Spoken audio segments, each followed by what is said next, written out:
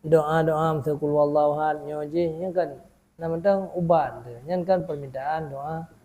Doa terima si. Cuma kalau macam lagi Nabi matang le macam yang gemlake ba Allah dengan le macam sebab Allahnya kan galak ke tanya hamba-Nya bela tak melake ba Allah. Beda dengan manusia punya le tak melake kai biu roi.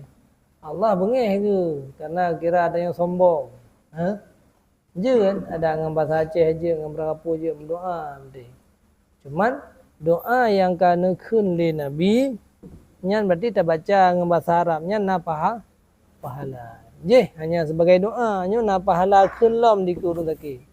Yang kena beda sebab tiap-tiap barang yang kagak pupul le Nabi tak ikut le dayo nyan je ke amalan nyo amalan tambahan. Ya yang namanya doa berangkapu doa yang kerja ibadat. Tapi tak khunlah mata yang ke Nabi walaupun hana boleh tapi nya je ke ibadat.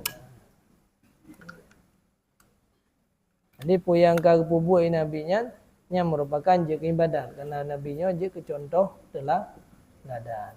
Kiban kerja Nabi nya dah buat ni kerja Nabi, kiban Nabi. Kiban perbuatan Nabi tak ikut-ikutnya matangnya pijat ke ibadat. Nanti tak baca tak lagi doa je bahasa Aceh tengok je yang tak buat lagi yang kaguyui Nabi dalam hadisnya Nabi na faham karena Nabi nya kan ada pernah oleh Allah nyo dah baca je punya kerja je